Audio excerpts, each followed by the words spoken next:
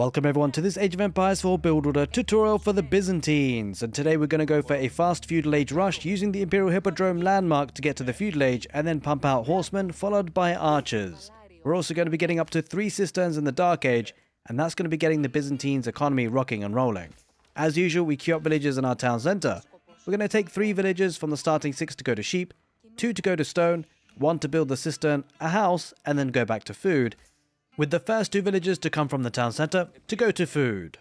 As usual, we take our scout out and about to find as many sheep as possible and bring them back to the town centre, and also scout our opponent to find out where their key resources are so that we can attack them when the time comes. Now of course, we want to make sure that we get to that next stage at a good timing with the feudal age, and so once we do get 6 villages on food and 2 villages on stone, we're going to be then rallying 2 villages from the town centre that next come out to go to gold. That will give us 6 on food, 2 on gold, and 2 on stone. So the idea of this build order as well is to really leverage the benefit of the Imperial Hippodrome, and in particular the Triumph ability. That will give you a lot of micro potential with your horsemen, giving them an increased attack by 25%, which is pretty strong, and then also an increased movement speed of 10%, and also being able to heal them up when they do get hurt. So ideally, you don't want to lose any horsemen if you can, do that. That will be the best way forward. Obviously, if you do get a good trade and you actually get some villager kills for it, that's also equally as good. It's probably the gold, really, for this particular build order. So now that we've got 2 villagers on gold, we're going to get the next villager that comes out for the town centre to build another cistern. And this time we're going to be building it so that it influences the villagers on gold. And in this case in particular as well on wood. There it is. So we want to build it so that it's closest as possible to the other cistern. We want to be using the minimal amount of stone as possible. And then we're going to be building the aqueduct to connect the 2 with this villager. Now, when this villager does actually build this aqueduct and connects it all up, that villager will go back to food. We're going to be rallying the next 4 villagers to go to food. And so in total, that'll give us 11 villagers on food. And then we should be in a good position to age up to the feudal age. We will also look to hotkey 4 villagers that are taking sheep, because they will be the 4 villagers that build our landmark, the Imperial Hippodrome. It's important to also build that Imperial Hippodrome within the influence of a cistern, because the cistern also will be boosting up the production speed of our production buildings using the conscriptio part of their bonus, I guess. And yeah, that's a really nice bonus to get those units out quickly.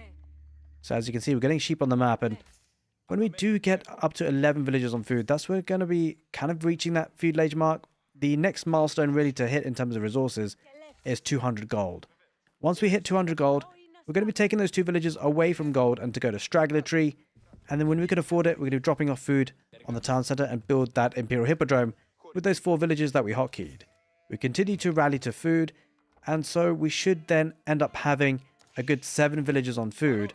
And once we do that, that will then mean that when the 4 villages from building the Imperial Hippodrome are finished and go back to food, that will give us 11, which is what our target was.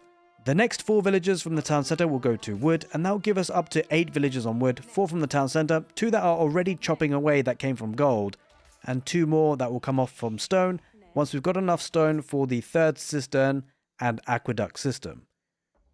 So here we are, we're going to have 7 villagers on food, and we're slowly rallying new villagers to go to wood. And once we do have 150 stone in the bank, we're going to be taking a villager off of food to build that cistern, connect it up with the aqueducts, and then go back to food. This will give us a really good boosting in our economy, up to 15% gather speed increase on the villagers, and also a very nice boosting for the Imperial Hippodrome with that 3rd water level for our cistern network. Now, we are going to need to build a house with a villager from wood once we hit 50 wood, just to make sure that we don't get population capped. And then, of course, we're continuing to rally to wood so that we make sure we get 8 in total. Once the aqueduct kind of foundations are made, then you want to take the 2 villages away from stone to go to wood.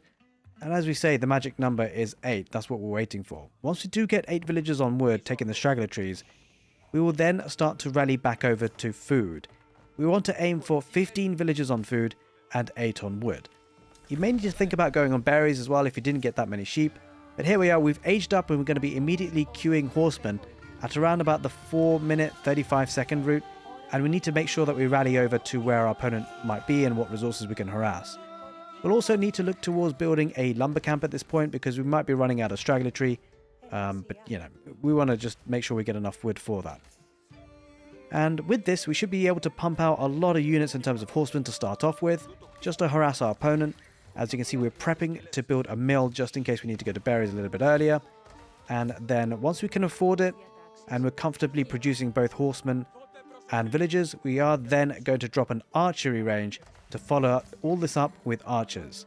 Now, whilst we're not quite there yet, once we do get 15 villagers on food and 8 on wood, we are then going to rally the next 5 villagers from the town centre to go to gold, and that will fund a lot of upgrades for us. That can fund some of the upgrades from the imperial hippodrome, whether we want to get the extra bonus attack for the horsemen on villagers and get the raiding bounty. That's an option. Also, though, we can look to get some eco upgrades with double broadaxe, wheelbarrow, and of course you'll be looking to get blacksmith upgrades with that gold, in particular iron undermesh, to make sure that your horsemen can take a bit more of a dive underneath enemy town centres, but also maybe steeled arrow for your archers to make sure they have a little bit more damage output. As you can see now, we're going to be placing that archery range when we're comfortable, and then we're going to be following up these horsemen with those archers. Also, don't forget the gold that you collect will be very helpful to reach the castle age when that time comes. If you're extending your feudal age and putting a lot of pressure and you want to actually develop this into a ram rush, you can do so. Just get siege engineering from your blacksmith. Make sure you're collecting wood to get those rams. Now, speaking of wood, once you do actually end up getting 5 villagers on gold, and in the build at the moment demonstration, we're only just starting to rally there, but once you do have 15 villagers on food, 8 villagers on wood, and 5 villagers on gold, then you're going to actually be starting to rally back over to wood, because then you might actually start to need seeding some olive groves for that farming, that eco, that food income that you're going to need. You may also think about going on deer camps if they're close by and you need that extra food. In any case, once you've got 5 on gold and you've got the magic 15 on food and 8 on wood, and you're rallying to wood to seed more olive groves, that's when your economy will start to edge towards that castle age, and obviously you've done hopefully a lot of damage in the feudal age with your units. Just as a reminder for the Twitch subscribers and the YouTube channel members, I will be popping this build order as a PDF in the Discord, so check out on the Discord channel. You guys know where to go by now, but in any case, the build order was on the right of your screen, so it's hopefully pretty useful there. Also, don't forget to actually extend your cistern network. We're at water level 3 at the moment, so if the game permits and you kind of feel like you're able to, do get a couple of villagers more on stone to be able to fund that extra cistern expansion. Now, also don't forget about your olive oil. Once you start to gather enough of it, actually consider building a mercenary house and consider which contracts you want to go for, and start training some units from the mercenary house as well. Now, there are 3 different contracts that you can choose from for the mercenary house, and well, I would recommend just looking through the tech tree and consider the civilization matchups that you go against. But considering we have gone for horsemen and archers, I feel like the eastern mercenary contract can be very powerful, especially accessing the Keshiks. Obviously, with the imperial hippodrome, using the triumph ability can be really strong for your cavalry. I hope you guys enjoyed this build order tutorial for the Byzantines, and if you did enjoy this video, make sure to give it a thumbs up because it really helps on the YouTube algorithm side of things. Take care, and see you next time.